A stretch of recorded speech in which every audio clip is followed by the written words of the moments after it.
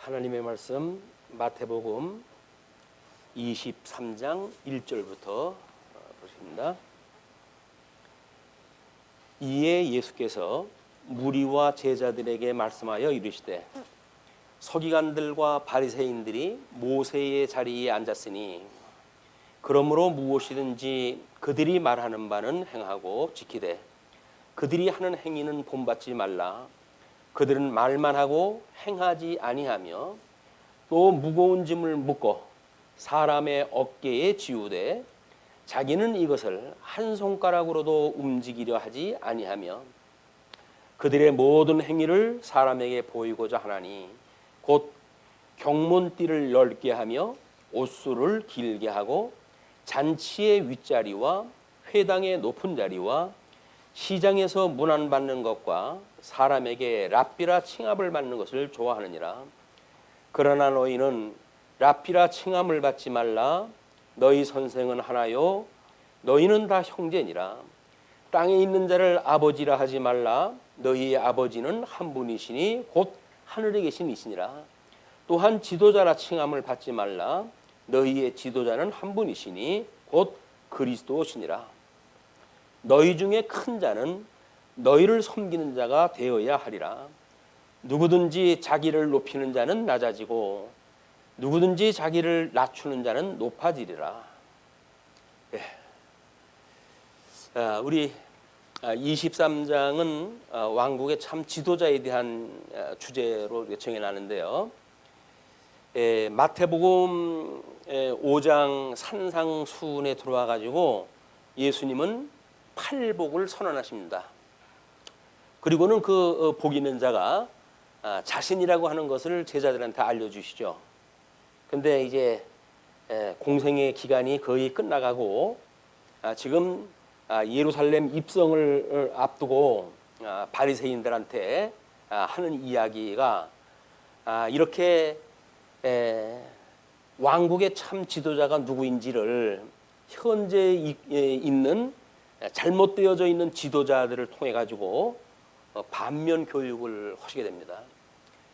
우리는 구약 성경을 통해 가지고 우리 말라기 선지서 뒤로 약 한 400여 년의 공백기가 있다고 이렇게 이야기를 했어요.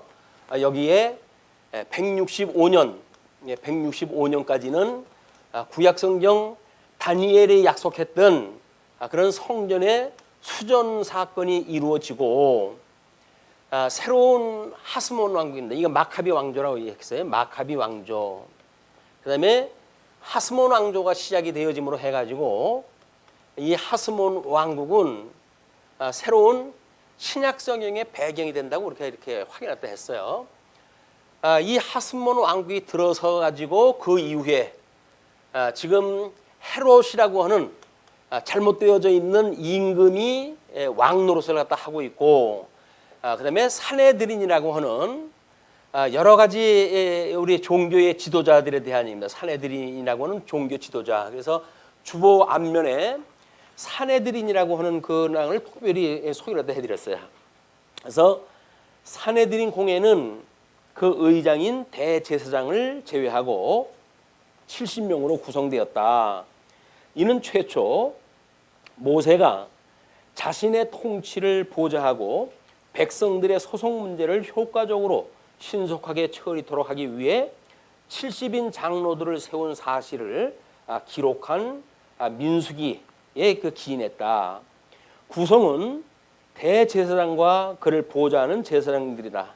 각 지파의 두령이나 장로로 구성된 원로들이다. 또 우리 신학자와 법률가의 위치를 차지하고 있는 율법학자들이다 해가지고 세 부류의 사람들을 소개를 합니다. 자, 세 부류, 이 산헤드린이라고 했던 이런 종교 지도자들, 이때 종교 지도자, 이때는 왕이라고 하는 이런 거짓 왕이 등장하다 했던 지금 복음서의 배경사, 이런 배경사를 통해 가지고 산헤드린의 구성원들이 누구냐면 대제사장, 이 제사장들의 이 대제사장을 수용하는 이 제사장들, 그리고 여기에 이제 장로들, 그다음에 이 성경을 가르치고 제대로 알고 배우고 가르치는 서기관들, 이 사람들로 구성이 되어진 것이 사내들이네. 근데 구약 성경에서는 지금 이 하나님의 우리 이 언약 자손들의 이 나라를 통해 가지고는 기름 부음 받은 자를 하나님께 주셨는데, 그것이 선지직, 그다음에 왕직, 그다음에 제사직, 이 세 개의 직임을 하나님께서 기름을 부어 가지고 우리 기름 부음 받은 자, 그걸 그리스도라고 이렇게 이야기를 했어요. 우리 이제 우리 그 히브리어로 해 가지고는 이것을 우리 메시아 이렇게 이야기해요. 메시아. 이거를 헬라어로 번역했다 했을 때 그리스도라고 하는 이야기인데, 그리스도가 이렇게 하나님의 선민국가, 하나님께서 택함을 받은 백성들이 운영하는 그 나라에 대한 거를 이런 체제에 의해 가지고 하나님께서 섭리했다 하셨어요. 이걸 우리가 왕정 정치라고 이렇게 했어요. 왕정 정치. 이제 우리 모세를 통해 가지고 주셨던 이런 그 일을 통해 가지고는 신전 정치를 우리가 확인할 때 했어요. 하나님께서 직접 통치하시는, 그래서 기름 부음 받는다, 모세를 통해 가지고 직접 하나님께서 섭리하다 하시다가 선민국가 가나안 땅을 건너 가지고 하나님 나라를 누리고 살 때, 이때에는 왕정 국가를 갖다 이제 왕정 정치를 갖다 하게 되어지는데, 이런 새 직임을 부여해 가지고 하나님께서 선민국가를 운영하시도록 했어요. 이게 국가의 체제, 법 체제. 우리가 이제 어느 나라고 이 법 체제가 신통치를 않으면 나라의 모든 질서가 깨집니다. 우리나라만 하더라도 사법부의 결정을 행정부에서 마음대로 할 수 없다라고 하는 3법이 분명하게 구별되어져 있는 이런 민주 체제 국가예요. 근데 일본만 하더라도 그런 게 어딨냐? 대통령이 원하면 하는 거지 라고 하는 무지몽매한 그 민족이 일본 국가예요. 일본이라고 하는 나라. 이 삼권이라고 하는 의미를 모르는, 민주주의라고 하는 말은 하는데 직접적으로 말을 갖다 안 듣고, 거기서 완전히 총리가 모든 걸 다 하는 것처럼 생각이 들잖아요. 모든 사람들 자기가 장악을 갖다 하고, 심지어 법원에 대한 것들도 자기가 모든 거를 장악을 하고 있고, 물론 국회도 마찬가지죠.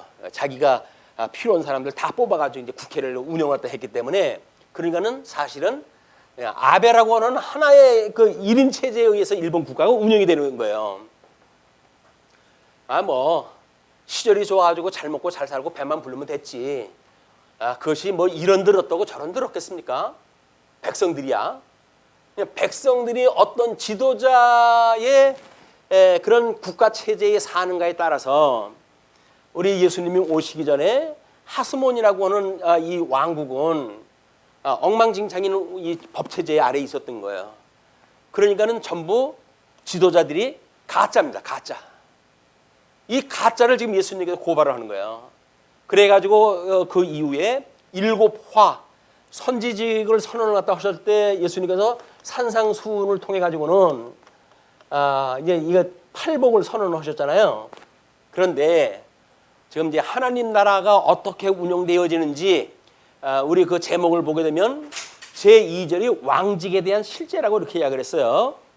그 왕직의 질제가 왕국의 법률과 지도자로 되어져 있습니다.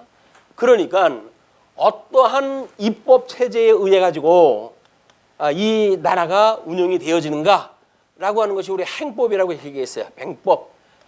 지금은 이제 이걸 행법이라고 그러지는 않고 우리가 행정부다 이렇게 이야기를 해 가지고 법을 이루는 대로 모든 걸 정치를 갖다 하는데, 거기에서 어떻게 사법을 이룰 것인가, 이것이 삼법 체제, 국가에 대한 삼법 체제.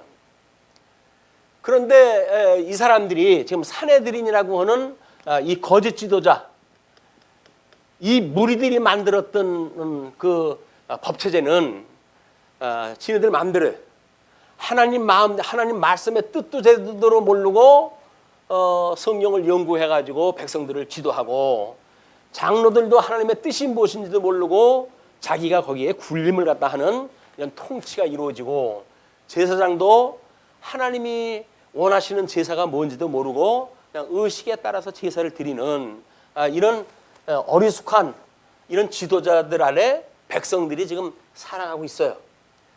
우리 그 제목을 보시게 되면 이제 우리 24장 25장을 왕국의 내림과 백성이라고 이야기를 했는데 우리 그 한쪽 가로 1번이 왕국의 내림 예언이고 두 번째가 왕국의 선민과 유민이라고 이렇게 구분했다 했어요. 선택 백성과 불택한 백성들, 심판이라고 이렇게 이야기해요. 심판. 이 심판 때에 거짓 지도자의 지도를 따라가지고 살던 사람들은 이자들이 망할 때 함께 망하고 말고, 여기서 예수 그리스도를 만나가지고 구속을 이루는 이런 그 사람들은 영생을 얻게 되어지는 것, 이것이 영원한 생명과 영원한 사망, 영원한 사망이라고 하는 백보자 심판에서 마지막 심판이에요. 그냥 우리가 어떤 지도자를 세우는 것은 나라가 매우 중요합니다. 국회의원들 자기네들이 뭐 국민의 대표라고 그러는데 전부 도둑놈들이에요. 지네들 배만 위해 가지고 살아가는 인간들이지 나라를 위해서 살아가는 사람 꼴을 못 보였어요. 뭐. 왜? 백성들이 그런 인간들을 뽑아놨으니까. 그런데 나라만 그런가요? 교회에 우리가 집사회가 이제 만들어지고 뭐 우리 이 치양회가 만들어지고 그리고 목양회가 이제 있게 되어지는 것, 이것이 성천하셨던 예수님께서 하나님의 나라를, 이제 하나님 나라를 성령을 보내주셔 가지고 섭리해 가시는 원리거든요, 교회에. 그런데 집사도 엉터리, 장로 권사도 엉터리, 목사도 엉터리라고 하면 이 교회는 거짓교회, 거짓교회. 거짓교회를 뭘로 구별할 수가 있을까요? 세상 사람들조차도 비웃어요. 목사 보고 예수 믿으래요. 이게 지금 현재 한국교회의 아픔이에요. 젊은 여자 어떤 그 청년 성도가 1인 시위를 했다 하는데, 목사님 제발 예수 믿으세요. 예수 믿지 않는 목사들이 이 목양을 다 하고 있으니까 이때 당시에 있었던 서기관들하고 다른 게 하나도 없어요. 목사라고 한다면 당연히 하나님의 뜻이 무엇인가를 분별해서 하나님이 이렇게 우리를 다스려 가십니다 라고 하는 걸 알려줘가지고 그분한테 우리가 경외하고 그분을 찬양하고 그분의 뜻을 따르는 영적 예배를 드리는 성도들의 삶을 살아가야 되는데, 이 지조가 안 되니까 어떻게? 지멋대로 사는 거예요. 그냥 예수를 우리가 주님이라고 고백을 했다 하면서, 이분을 우리가 주님이라고 이렇게 고백을 하잖아요. 그 이분을 주님이라고 한다면 우리가 뭐가 되어진 거예요? 우리는 종이라고 하는 자처를 갖다 하는 거거든요. 그런데 과연 우리가 종으로 살아갑니까? 예, 불교인하고 하나 다른 게 없어요. 나는 나 세계의 왕이로소이다. 예, 이런 사상을 가지고 우리 살아가는 거예요. 인권이 어떻고 뭐 인간에 대한 그 의미가 무엇이고 해가지고 자기를 한껏 높이는 세상 속에, 그 철학 사조 속에 우리가 그냥 종로도 터며 살아가고 있는 거예요. 근데 우리는 예수를 믿는데요. 예수를 믿는데 나는 부인을 안 해. 내 어떤 욕망이 있어도 우리가 나는 그리스도의 종이기 때문에 주님께서 하시는 대로 저는 따라갈게요, 이렇게 살아가지를 못해요. 왜? 내가 주인인데? 내가 봉이야? 내가 왜 그렇게 살아가야 돼? 라고 해가지고 우리는 예수님한테 하루도 수십 번씩 덤벼들어요. 예. 우리 주님한테. 이때 당시에 주인 상전이라고 하는 그 이야기는 이 종으로 여기는 노예들이 그냥 가구라고 그래, 가구. 집안에 있어도 되고 없어도 되는 가구예요. 말하는 가구가 이 종들인데 우리는 그런 걸 잘 모르잖아요. 그러니까 우리는 종이 뭔지를 모르고 살아가요. 우리가 어떤 종이었어요? 사단에 매였던 종이었어요. 이 사단에 매였을 때 이 종은 완전히 죽어져 있던 상태였었는데, 거기에서 예수 그리스도로 말미암아 우리가 성도가 되어졌고 우리의 신분이 하늘나라에 우리의 주소를 갖다 두게 되어진 이런 하늘나라 백성이 되었음에도 불구하고 이 세상에 이런 그 사단 무리의 종로로서 살아가는 것이 우리가 예수님을 제대로 믿지 않는 성도들의 모습이다. 우리 정신 차려야 돼요. 그래서 정신 차려야 돼요. 예수를 믿는다는 것이 그냥 액세서리로 우리가 그냥 믿는 게 아니에요. 이거는 우리의 모든 걸 걸은 거예요. 모든 걸 걸은 것. 예수님과 함께 우리가 세례를 받았을 때 나는 예수님과 함께 죽었다고 하는 자기 부정의 선언이에요. 그거로부터 시작되어지는 거야. 나는 예수님과 함께 죽었어요. 이제는 내가 사는 게 아니라 내 안에 주님께서 사시는 겁니다. 라고는 신앙 고백을 가지고 주님의 몸된 교회를 우리가 살아가는데, 근데 우리들의 생각은 처음에 세례 받았을 때하고 달라요. 우리들의 이해관계에 따라서 우리는 모든 하나님의 기뻐하시는 법, 이 법을 따르기를 기뻐하지 않아요. 영적 예배를 드려야 된다고 그러는데 영적 예배를 드리진 않아요. 그냥 의식적인 예배, 그거에 우리가 족하지. 무슨 영적 예배냐, 우리가 몸을 가지고 살아가는 인간들인데, 이렇게 해가지고 스스로 사단의 미혹에 또 빨려들어가. 우리 성령께서 우리 예수 그리스도의 구속 사역을 기억나게 해가지고 불러내놓으면 또 들어가. 예수님이 너를 위해서 돌아가셨어, 정신 차리고 나와 라도 이끌어내면 반짝, 말씀 들을 때만 반짝하곤 도로 들어가. 그래가지고 귀신의 종로 속에 살아가는 거야. 자기 헛된 영광을 구가하고 자기 명예를 위해서, 자기 입신 영광을 위해 가서 살아가는 것, 이것이 사단의 세계의 종으로 살아가는 인생들이에요. 그런데 오늘날의 모습이 이렇듯이 예수님 오셨을 때 사내들인이라고 하는 이 지도자들이 그 역할을 갖다 했어요. 우리는 적어도 신학적으로는 그 의미를 제대로 모른다고 할지라도 역사적으로 반면 교육을 받을 필요가 있어요. 이런 과거에 이런 모든 국가 체제가 어떻게 지금까지 이 운영되어져 왔는지, 제국주의 그런 걸로 해가지고 우리 그 종교 개혁 일어나기 전까지 해가지고 온 세계를 침략을 갖다 하고 무자비하게 침략을 갖다 해가지고 제국주의가 번성을 갖다 한 거 아닙니까? 그걸로 해가지고 오늘날에 이르기까지 과연 국가란 무엇인가? 이게 합리적인 의심이 없어요, 사람들이. 그냥 그 조건에 우리가 태어났고, 그 조건에 태어났으니까 그렇게 그냥 사는 것이 인생이려니 하고 살아간단 말이에요. 그렇지는 않습니다. 잘못되어져 있는 이 국가관을 가지게 되면 우리는 국민이 국가의 주인이라면요. 그래서 우리가 주권 행사를 갖다 해가지고 선출을 갖다 해요. 근데 선출직들이 국민들 위에 군림을 갖다 해요. 지네가 대표면 대의 정치를 위한 대표지, 우리들의 어떤 그런 주권까지도 참탈하라고 하는 그런 거 주권을 맡긴 게 아니잖아요. 그런데 이 못된 지도자들은 그 짓을 하는 거예요. 근데 백성들은 그래도 아무 생각도 없어. 어떤 놈이 해도 그 자리 똑같은데 너만 그러냐, 다 그렇게 썩어가는 세상인데 라고 해가지고 하여튼 마음으로 다 용서를 갖다 해요. 세상에 대한 잘못되어져 있는 생각은 교회로 들어와가지고 성도가 되었음에도 불구하고 똑같은 생각을 가지고 살아가게 돼요. 이것이 우리가 하나님의 법체제가 뭔지, 하나님이 기뻐하시는 뜻이 무엇인지, 그걸 따라서 과연 영적 예배를 갖다 드리는 이런 우리 이 행법, 법을 갖다 지키는, 예수님이 모든 법을 갖다 다 지키셨죠. 그리고 구원을 갖다 해내셨어요. 그러므로 예수님 구원받은 사람들은 영적 예배를 드리게끔 돼 있거든요. 우리 예수님을 구주라고 믿는 사람들이 어떻게 주님의 뜻을 따라 살아갈 것인가에 대한 걸 끊임없이 우리가 생각하는 것이 영적 예배의 시간들이다.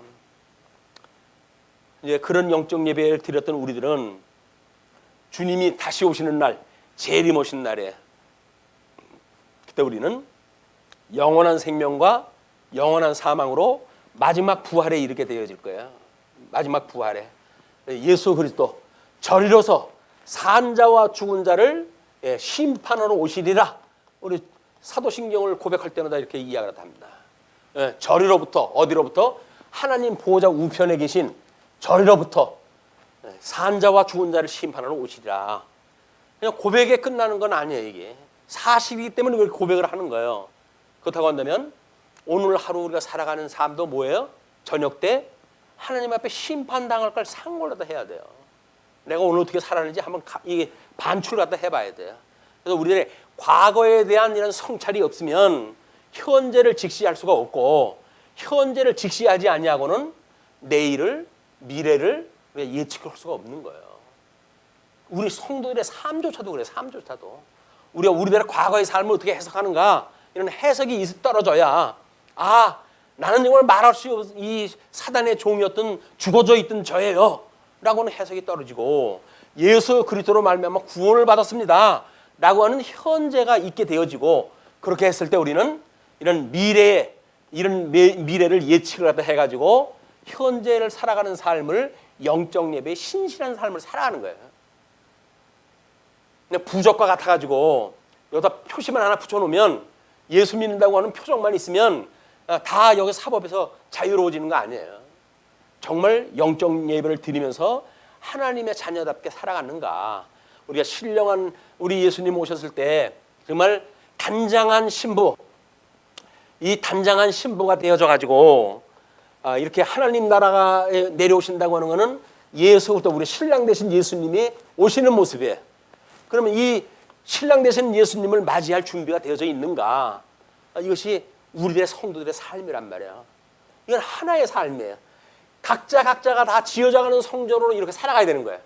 이게 지어져가는 성전으로서 개인의 삶 또는 개인들이 모여 있는 주님의 몸된 교회의 생활 이게 원리가 똑같아요.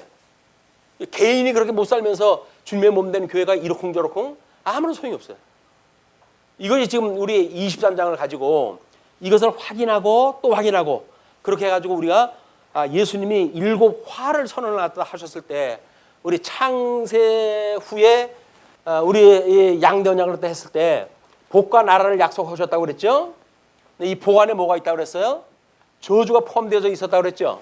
이걸 우리가 창조 사역이기 때문에 모든 하나님의 이 창조는 상대적인 창조예요. 상대적인 것. 절대적인 창조가 없어요. 그럼 복과 나라를 줬다는 이야기는 뭐예요?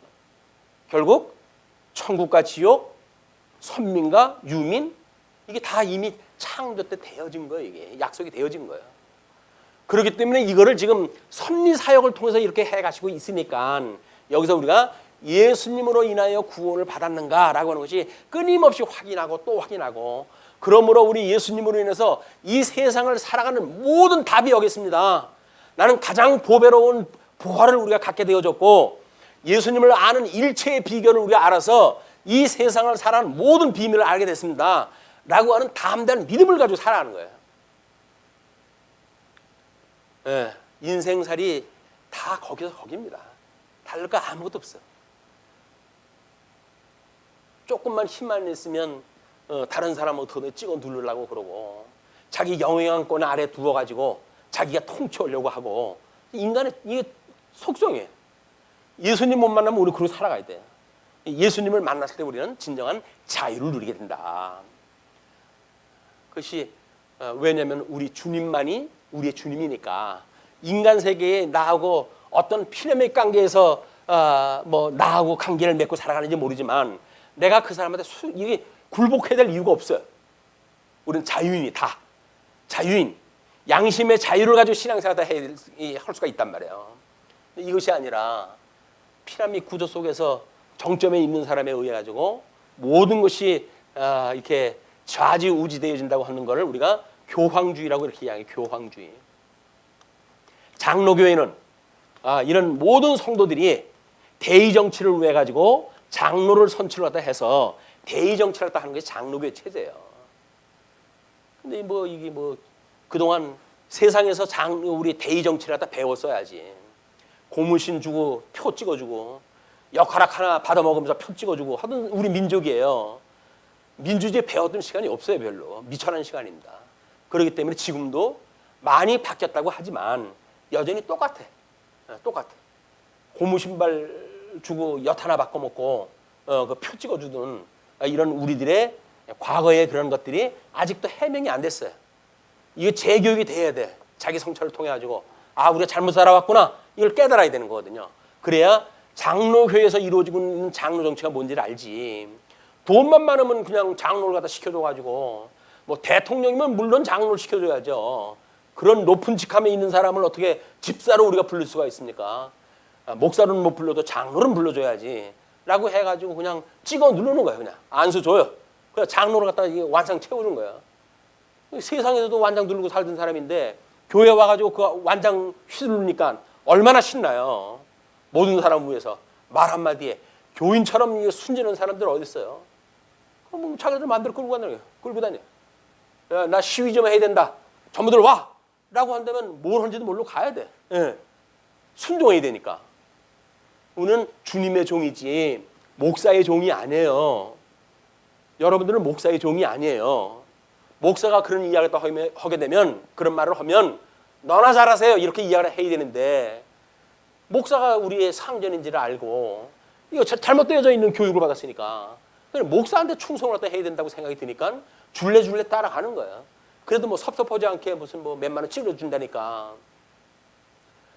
이게 뭡니까? 그래도 21세기 대한민국 그 수많은 우리 지성인들이 그렇게 살아야 되겠어요? 아니 옛날처럼 무지몽매한 백성이었다면 말도 안 해. 그래도 먹물로 가득 찬 그런 그 사람들로 80% 이상이 아마 그 정도 수준일 텐데, 그런데도 불구하고 그런 짓을 하는 웃지 못할 이 코미디 같은 일이 벌어지는데 우리가 성찰해야 되지 않습니까? 예수 바로 믿어야 되지 않겠어요? 젊은 여자친구가 목사님 제발 예수 잘 믿으세요 라고 했던 그런 이야기가 어떤 한 사람의 문제가 아니에요. 지금 우리 모두에 대한 문제다. 자, 이런 그 상황 속에서 예수님께서 어떻게 이제 화를 선언하시는지 이걸 우리가 살펴볼 필요가 있어요. 일단은 그 사람들의 특징을 갖다 이야기할 때 이렇게 이야기를 합니다. 그들이 무엇이든지 말하는 것, 가르치는 것, 뭐 이런 것들은 하나님 말씀 모세 오경 가지고 이야기를 하니까 그대로 행하라는 거예요. 그런데 뭐는 하지 마라? 그들의 행위는 따르지 말래요. 왜?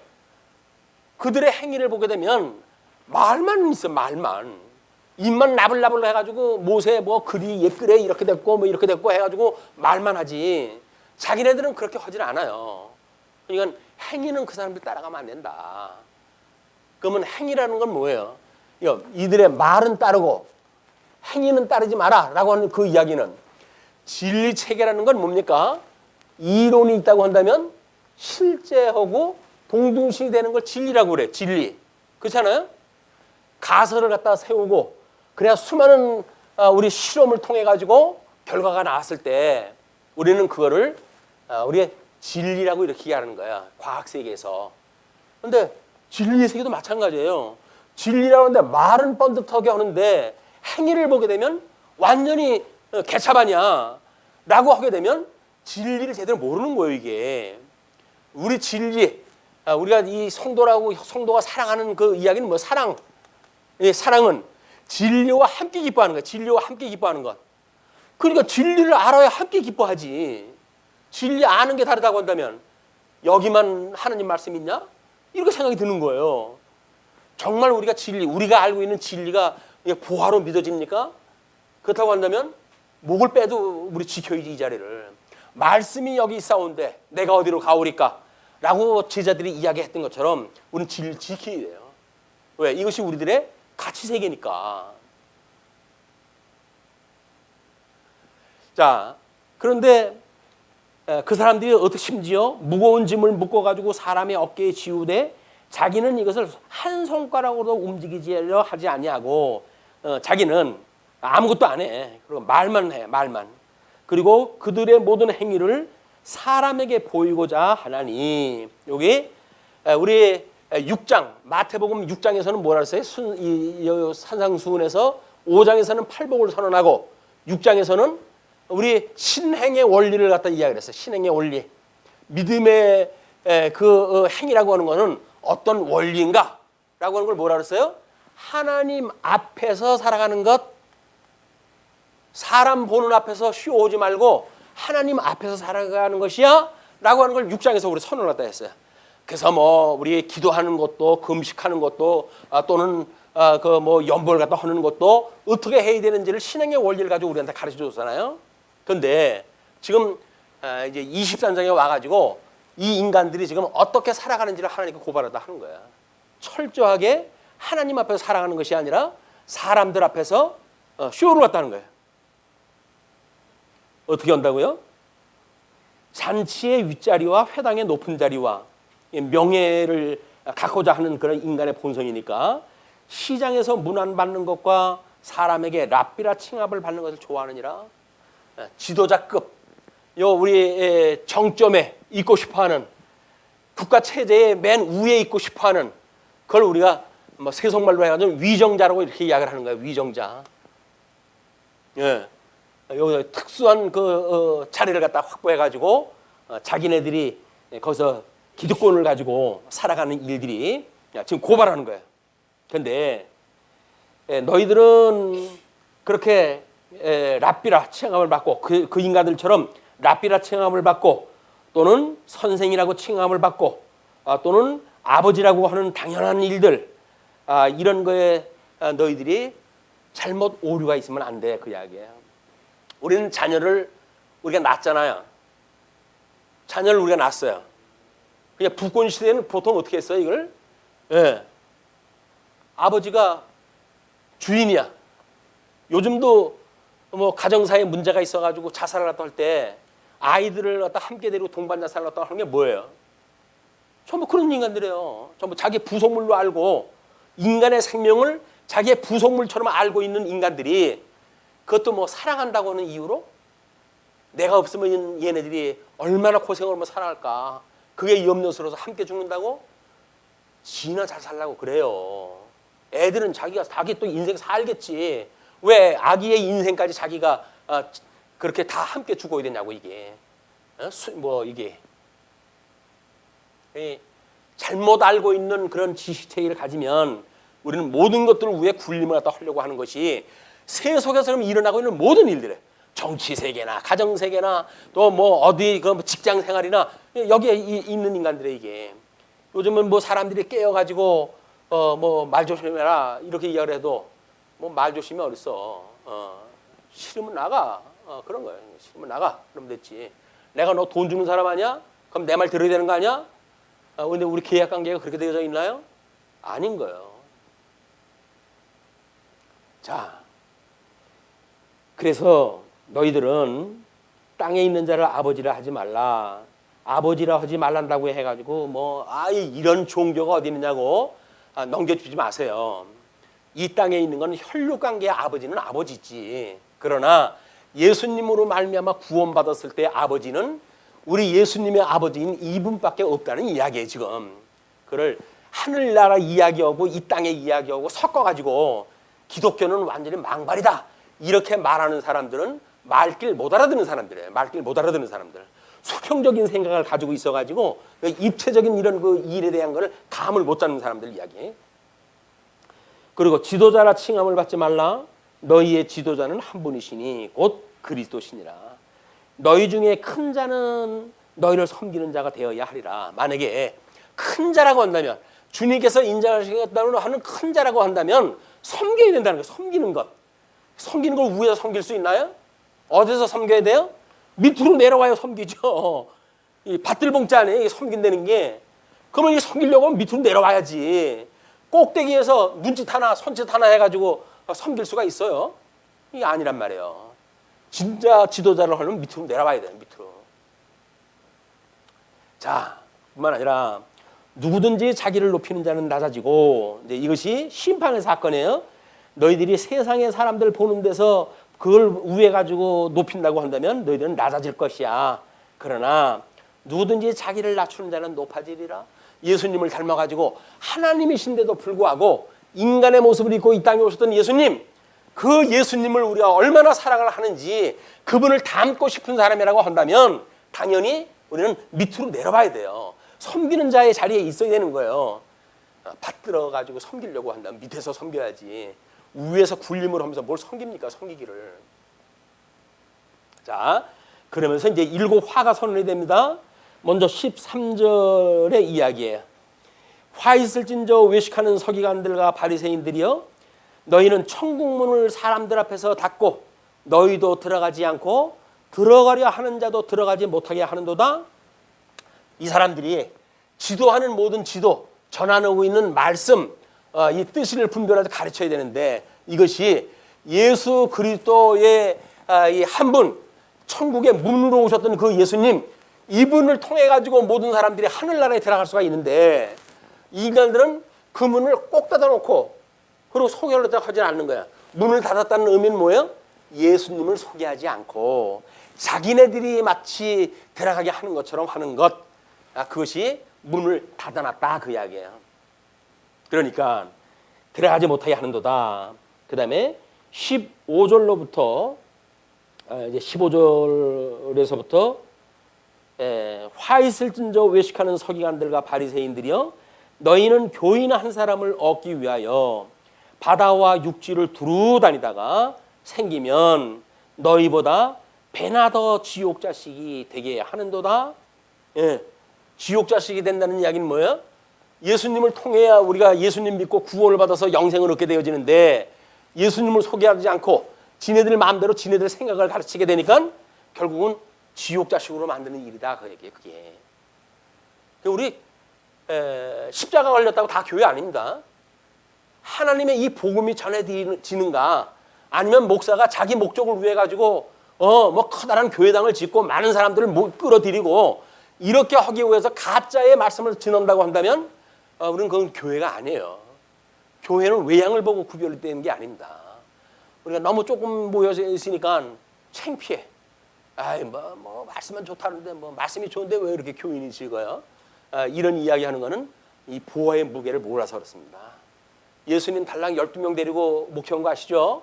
예. 지금 우리 이 성도님들은 엄청 많은 거예요. 엄청 많은 거. 그런데 그게 부족하다고 한다면 시장이라도 만날 나가야지. 해가지고 우리 교회 오라고. 전도라는 건 우리 교회 오라고 전도하는 거 아니에요. 예수 믿으라고 전도하는 거지 우리 교회 나오라고 전도하는 게 아니라고. 그런데 지금은 사탕 매달아 놓고 뭐 뽕티 하나 주면서 뭐라 그래요? 다 우리 교회 나오라고. 우리 교회 나오라고. 자, 16절서부터 또 선언을 갖다 하는데 그 주보를 갖다 잘 보셔요. 거기에 거짓 지도자에 대한 책망, 그다음에 제사장들에 대한 책망, 그다음에 제사장이라는 것은 이제 문을 닫아놓고 예수 그리스도를 제사 사역을 하는 예수 그리스도를 소개하지 않았다는 그런 그 이야기였고, 16절서부터 22절까지는 어리석은 지도자에 대한 이야기입니다. 화 있을진저 눈먼 인도자여 너희가 말하되 누구든지 성전으로 맹세하면 아무 일 없거니와 성전의 금으로 맹세하면 지킬지라 하는도다. 본질이 뭔지를 몰라. 본질이 뭔지를 몰라. 성전이라고 하는 것이 하나님의 이름을 두신 곳인데 그 성전으로 맹세하면 아무 일도 없지만 성전의 금으로, 금을 가치로 여기기 때문에 성전의 금으로 맹세하면 지킬지라 이렇게 한다. 어리석은 맹인들이여 어느 것이 크냐? 그 금이냐? 그 금을 거룩하게 하는 성전이냐? 너희가 또 이르되 누구든지 제단으로 맹세하면 아무 일 없거니와 그 위에 있는 예물로 맹세하면 지킬지라 하는도다. 제단 위에다가 제물을 갖다 올려놓고 제사를 드리잖아요. 그러면서 제단은 그건 안 지켜도 돼. 그러나 제물, 위에 있던 얹었던 제물, 왜냐면 그거는 자기네들이 지참을 갖다 해가지고 와야 되는 거거든요. 제단은 늘 예루살렘 성전에 상비되어져 있는 거야. 지네들이 준비하는 늘 상비되어져 있어. 그 제물은 자기네들이 가져오는 거니까 가지고 오는 거에서 맹세하는 건 지켜라. 그런 그 이야기예요. 그걸 예수님께서 날카롭게 지금 지적을 했다 하십니다. 맹인들이여 어느 것이 크냐? 그 예물이냐? 그 예물을 거룩하게 하는 제단이냐? 그러므로 제단으로 맹세하는 자는 제단과 그 위에 있는 모든 것으로 맹세함이요. 또 성전으로 맹세하는 자는 성전과 그 안에 계신 이로 맹세함이요. 또 하늘로 맹세하는 자는 하나님의 보좌와 그 위에 앉으신 이로 맹세함이니라. 우리가 여기서 지금 믿음으로 해가지고 한마디 한마디 하는 모든 것들은 우리 대주제가 되시는 이 대주제가 되시는 우리의 예수 그리스도 이분께 우리가 지금 어떻게 이야기를 하는 거예요? 고하는 거예요. 고하는 것. 쉬지 않고 우리 기도한다는 이야기는 뭡니까? 이 기도가 끊임없이 대주제가 되시는 주님 앞에 우리 고하는 거예요. 지금 세상이 이렇게 돌아갑니다. 저한테 이 성령의 충만함을 주시고 지혜와 총명을 허락하셔서 잘못되어진 것에 빠지지 않도록 주님 붙들어 주세요 라고 하는 걸 늘 구하게 되어지는 거예요. 이 주님한테. 그것이 지금 22절에 그렇게 보좌와 그 위에 앉으신 이로 맹세합니다. 23절로부터 24절 마찬가지 11조에 대한 이야기예요. 화 있을진저 외식하는 서기관들과 바리새인들이여 너희가 박하와 회향과 근체의 11조는 들이되, 거기서 지금 세 가지 이야기한 것은 유대 예수님 오셨을 당시에 일반적으로 했던 그런 그 이야기들이에요. 지극히 작은 것들, 그런 작은 것의 11조는 들이되 율법에 더 중한 바 정의와 긍휼과 믿음은 버렸도다. 그러나 이것도 행하고 저것도 버리지 말아야 할지니라. 자, 11조라고 하는 것이 교회의 재정상 매우 중요한 거예요. 11조만 내면 교회가 금방 부흥을 해요. 왜? 돈을 쌓아놓을 데가 없으니까 어떻게 해? 사업을 갖다 해야 되고, 사업을 갖다 해야 되니까 주체할 수가 없으니까 성전이라고 하는 미명 아래 교회당 확장하고, 그렇게 해가지고 다른 형편 안 되는 교회에다가 지원도 해주고, 그러면 그 사람들이 우리 교회한테 꼼짝 못할 거 아니에요. 그런데 그래서 11조가 필요해. 11조가 뭐라 그랬어요? 지금 예수님은 주보에다가 소개해드렸죠. 우리가 용도상으로 봤을 때 레위 지파의 분깃이에요. 11조는. 그래서 목적은 제사장 나라를 위해서, 왜? 이 서기관들, 제사장들, 이 제사장들이 제사장이 말씀을 해석하고 가르치고 하는 거는 심판을 겸하여 있는 일이에요. 재판장들은. 그래서 이 제사장들의 이 말씀을 가지고 있는 대제사장이 가지고 있는 이 사내들인에 대한 권위는 이들에 대한 모든 심판권까지 가지고 있는 거란 말이에요. 그렇기 때문에 그 사람들이 정말 공의로운 하나님을 만나고, 그래서 땅에서 매면 하늘에서 매이고 땅에서 풀면 하늘에서 풀린다고 하는 예수 그리스도를 믿는 성도들에게 주어지는 일이라고 한다면 당연히 그것은 공의로운 하나님의 말씀이어야 돼. 이 십자가의 복음은 그냥 긍휼이라고 하는 이 인이라고 하는 그 부분만 있는 것이 아니라 여기서 하나님의 의라고 하는 부분이 있어서 하나님의 기뻐하시는 뜻이 무엇인가, 이런 공의로운 생각이 우리가 가져야 된단 말이에요. 이게 하나님의 의란 무엇인가, 이것이 나뉘어졌던 사건이에요. 복과 저주를 나눈 것, 이것이 하나님의 의로 불가되어지는 거예요. 왜? 인간의 불의한 자와 하나님의 의로 칭함을 받는 자와 이것이 나뉘어지는 것이 복과 저주의 분별이다. 그리고 이제 객과 고아와 가보를 위해서 주도록 되어져 있는 것이 있는데, 그거는 거룩한 백성으로서 가난한 자, 긍휼한 우리가 믿음을 갖고 내가 지금 가지고 있는 것이 내가 잘나서 가지고 있는 것이 아니라 주님께서 나에게 맡겨준 거야. 나에게 맡겨준 거라고 한다면 그것이 어디로 간다고요? 그것이 가난한 자에게 흘러가는 거예요. 흘러가는 것. 내가 가지고 있는 것이 가난한 자에게 흘러가는 것. 내가 주는 것도 아니에요. 하나님께서 나한테 주셨다고 믿게 되면 하나님께 주신 것이 우리 언젠가 우리 교회의 목양회의 글로도 그것이 남긴 적이 있는데, 하나님께서는 쌓아놓는 것을 위해서 주시질 않는다. 하나님께서 우리한테 주신다는 것은 전부 다른 사람한테 흘러가게 하시기 위해서 주시는 거라는 거예요. 그래서 하나님께서 우리 주신다고 믿어지게 되면 아무리 사용을 했다 해도 부족하질 않아요. 써도 또 생겨. 이상해. 예.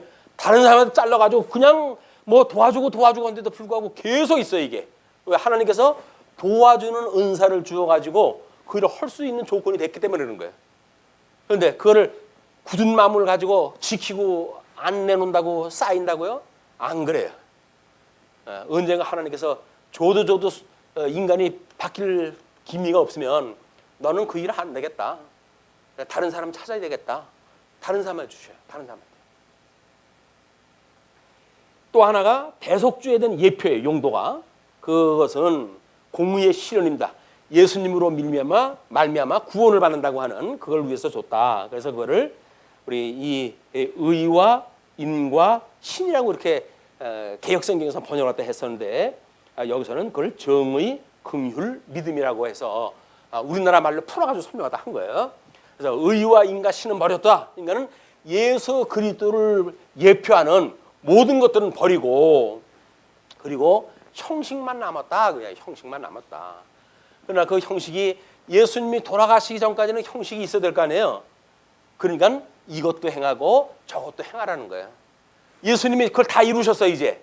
그러면 지금 우리가 내야 된다고 하는 강제권이 있는 겁니까? 11조를 우리가 내야 되나요? 11조는 이분에 대한 예표적인 사건이에요. 이분이 다 이루셨어요. 그럼 복음 아래 살아가는 사람들은 어떻게 해야 돼요? 11조에 매여야 됩니까? 그러진 않은 거란 말이에요. 10에 2조 한다고 해가지고 위법 아닙니다. 11조를 해야 되기 때문에 10에 하나만 내는 것이 적법이 아니에요. 10에 2를 갖다 한다고 해서 불법이 아닌 거예요. 그 이야기는 뭐예요? 만약에 10에 0.5를 하게 되면 그것도 불법이 아니에요. 에? 믿음의 분량만큼 그냥 연보를 하는 거란 말이에요. 그걸 모르니까 10에 하나를 의무적으로 내야 되니까 미국의 뭐 석유왕이라고 하는 그 어줍지 않게 믿음 생활을 하는 사람, 그 사람은 얼마나 돈이 들어오는지, 얼마나 들어오겠어요. 그 석유 팔아먹고 현지인들 그냥 상노동을 시키면서 착취를 갖다 하는 돈들인데, 그러니까 11조를 계산하기 위해서 회사를 또 하나 차렸어. 11조만 계산해라. 그걸 하나님 앞에 드려야 돈이 계속 들어온다고 생각이 드니까, 그걸 또 우리 목사님들은 찬싱송을 하다고 그렇게 11조를 내니까 그 돈이 생기지. 돈이 생기기 때문에 11조를 한 거예요. 혹시 안 하면 저주받는 거 아닌가 싶어가지고. 믿음으로 한 것도 아닙니다. 자, 그래서 11조에 대한 문제 정리가 됐어요. 자, 이건 이제 우리 하나님의 십계명의 차원으로 보게 되면 통치에 대한 이야기, 또는 땅 언약에 대한 이야기, 자선 언약에 대한 이야기, 모든 것들이 포함되어져 있는 이 법체제입니다. 이 법체제가 왜 이 법체제는 어디서부터 온 거라고요? 하나님께서 주셨던 이 법으로부터 나온 거거든요. 이게 그걸 뭐 지금은 뭐 도덕법이니 뭐니 이렇게 이야기를 하지만 하나님의 법은 원래 저기서부터 나온 거예요. 저게. 그렇기 때문에 자선, 땅 통치에 대한 그런 것이 전부 있어야지 법을 알지. 하나님이 뭘 좋아하는지 뭘 싫어하는지 알 거 아닙니까? 포함되어 있는 거다. 자, 그리고 25절을 보시게 되면 화 있을진저 외식하는 서기관들과 바리새인이여 잔과 대접의 겉은 깨끗하되 그 안에는 탐욕과 방탕으로 가득하는도다. 눈먼 바리새인이여 너는 먼저 안을 깨끗게 하라. 그리하면 겉도 깨끗하리라. 우리는 외양을 자꾸 꾸미려고 그러는데 안이 충실하게 되면 외양은 자동적으로 맺히는 열매예요. 그걸 우리가 성령의 열매라고 이렇게 이야기를 합니다. 의의 열매, 믿음의 열매, 성령의 열매. 이거는 복음으로 해가지고 우리가 충만하게 먹게 되어지게 되면 자연스럽게 그냥 나타나는 일이지 열매를 위해서 살아가는 게 아니다. 우리는 그걸 잘 구별할 때 해야 돼요. 이제 이 잘못되어진 사람들하고 구분할 때 해야 된다.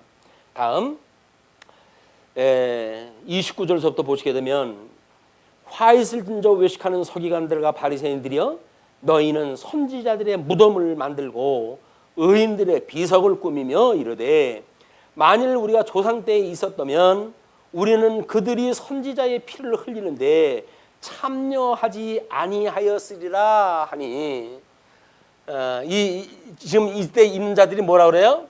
이 구약 성경에서 수많은 선지자, 이 선지자들이 피 흘림을 당했잖아요. 근데 자기네들이 지금 예수님을 곧 죽일 사람들이거든요, 이 사람들이. 근데 우리들이 그때 살았으면 우리가 그 짓을 갖다 했을 텐데 우리는 그러지 않을 사람들이었어. 이렇게 생각을 하는 거야. 근데 조금 있으면 예수님을 십자가에 못 박아 죽여요. 네. 왜? 이 선지자가 했던 모든 것들이 결국은 예수님을 통해서 성취가 되어진다. 끔찍한 일이 벌어지는 겁니다. 자, 그러면서 그렇게 이야기하다 하니까 그러면 예수님께서 그러면 너희가 선지자를 죽인 자의 자손임을 스스로 증명함이로다.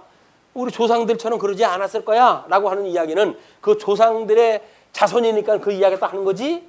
그럼 너희들이 그들의 조상의 자손인 걸 시인하는 거지. 그런 그 이야기예요. 자, 그러면서 너희가 너희 조상의 분량을 채우라. 조상들의 이 선지자를 죽였던 일들이 아직도 남았어요. 언제까지? 예수님 죽일 때까지 남은 거예요. 마지막 사사, 우리 그 세례 요한의 목을 갖다 자른 이런 그 일들이 있었던 것도 결국은 이자들에 의해 아주 조용된 일들인데 이것이 이 잔을 마저 채워야 된다. 그런 그 이야기입니다. 그러면서 뱀들아 독사의 새끼들아 너희가 어떻게 지옥의 판결을 피하겠느냐. 예수님 무섭죠? 뱀들아 독사의 새끼들아. 우리가 지금 생각하면 상욕이죠. 상욕. 아니 그렇게 지극히 높은 욕을 갖다 어떻게 쓰십니까 예수님께서? 근데 우리 에덴 동산에서 아담을 갖다 미혹했던 이게 이 뱀이에요.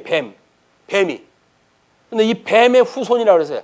뱀의 후손이 여자의 후손과 이 여자의 후손의 발길김치를 물어야 된다라고 이미 약속이 되어져 있기 때문에 지금 이렇게 사단의 영역 속에서 살아가는 이들의 일은 전부 누구라고요? 사단의 자손으로 하는 일에 이게 자손의 일로. 그러니까 뭐라 그래? 이 후손을 우리나라 말로 하면 뭐라 그래? 동물에 대한 걸 후손이라고 그럽니까? 동물에 대한 그 후손 뭐라 그래요? 새끼라고 그러는 새끼. 그냥 뱀의 새끼라고 그러는 걸 우리가 욕이라고 보면 안 돼요. 이건 정상적인 표현이라니까. 뱀의 새끼. 너희들은 독사의 새끼들이라 그 얘기예요. 이렇게 복음을 왜곡시키고 하는 저 뱀, 옛뱀의 새끼들이다 너희들은. 그 이야기를 다 하는 거예요. 너희가 어떻게 지옥의 판결을 피하겠느냐. 그러므로 내가 너희에게 선지자들과 지혜 있는 자들과 서기관들을 보내매 너희가 그 중에서 더러는 죽이고 십자가에 못 박고 그 중에는 더러는 너희 회당에서 채찍질하고 이 동네에서 저 동네에 따라다니며 박해하리라. 우리 예수님이 와가지고 제자들 이제 이렇게 해가지고 섭리했다 하지만 그런 일이 있게 되어진다는 거예요. 이것이 요한계시록 셋째 화에 대한 이야기. 셋째 화. 어떻게 믿음의 사람들을 핍박하는지, 그 증인들이 어떻게 살아가야 될 것인지, 그거를 길가에 버려진 시신으로 해서 소외가 되어지고 그렇게 되어지는 겁니다. 그러면서 그러므로 의인 아벨의 피로부터 성전과 제단 사이에서 너희가 죽인 바가랴의 아들 사가랴의 피까지 땅 위에서 흘린 의로운 피가 다 너희에게 돌아가리라. 모든 피값이 너희한테 돌아간다. 피값이 돌아간다는 이야기는 뭐예요?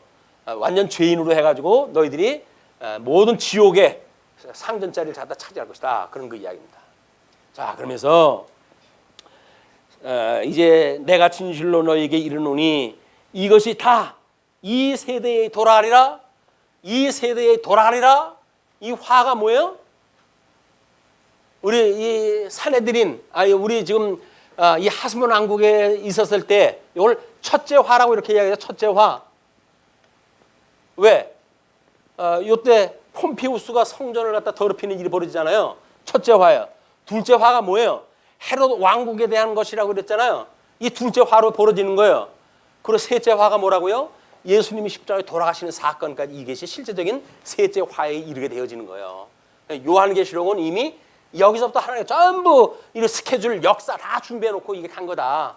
근데 이걸 모르고 미래사로 요한계시록을 해석을 한다는 이야기는 잘못된 이야기예요. 이 역사를 모르고 어떻게 요한계시록을 읽습니까? 요한계시록의 독자들은 이 상황을 너무나 잘 알고 있었던 독자들이에요.